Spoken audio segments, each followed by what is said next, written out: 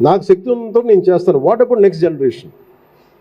నేను 2007 నుంచి Commonwealth protection force నుంచి ఇదే మన తెలంగాణలో పెట్టి హైదరాబాద్ పెడితే నేను కోరుకున్నది ఒకటి ఏంటంటే, తెలంగాణ స్పిరిట్ కనుక మేల్కొంటే ఈ దేశానికి చాలా గొప్ప మేలు చేస్తారు. మీరు మామూలు నిప్పు కణికలు కాదు.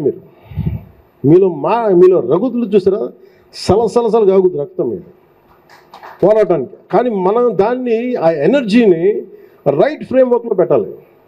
రైట్ ఫ్రేమ్వర్క్లో పెట్టకపోతే అది ఒకవైపు ఎక్స్ట్రీమ్ వామపక్షంకి వెళ్ళిపోతే పోరాటాలు చేయగలం కానీ ప్రాణాలు పోతాయి, చాలా ఇబ్బందులు గురవుతాం, ఒక ఏమీ అచీవ్ చేయని పోరాటం కింద అయిపోద్ది.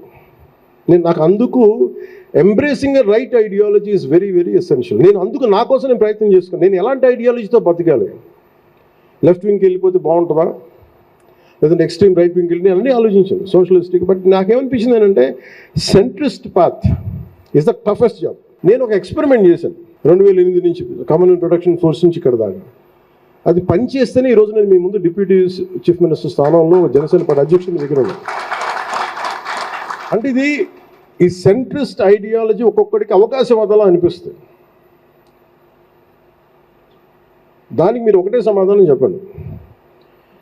If communist and Maoist China could become capitalist China, then what is wrong in it? ఇది చెప్పండి మీరు. గద్దర్ గారు లాంటి వాళ్ళు ఆయనే లాస్ట్లో యాదగిరిగుట్ట నరసింహస్వామికి ఆయన మీద కూడా ఆయన పాటలు రాశారు. ఇది నేను ప్రజలు అడిగారు, నేను చేశాను. చాలామంది ఎథీస్టులు భగవద్భక్తులు అయిపోయి కూర్చుని ఉన్నారు. సో అందుకనే మీరు ఎంబ్రేస్ చేసుకునేటప్పుడు ఐడియాలజీని చాలా పకడ్బందీ, అందుకని నేను చేసి పెట్టాను ఇదంతా మీకు ఈ ఆలోచన. ఈ 7 ప్రిన్సిపల్స్ ఆఫ్ జనసేన మీకు చాలా చాలా బలాన్ని ఇస్తాయి. మనలో మనం కొట్టుకున్నామా,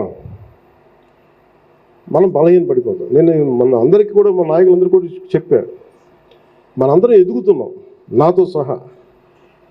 ఏమీ వండకుండానే కొట్టేసుకోకుండా అని చెప్పాను. First position is responsibility.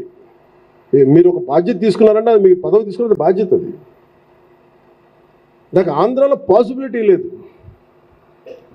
అలాంటి ఆంధ్రాలో కూర్చోబెట్టి మన 4000 మందిని ఎంతమందిని పట్లాగా కూర్చోబెట్టి సభ పెడతా ఉంటే నాకు చాలా ఆనందం వేసింది. నా విజయం కింద భావించిన, మన ఐడియాలజికల్ విజయం కింద అనిపించింది.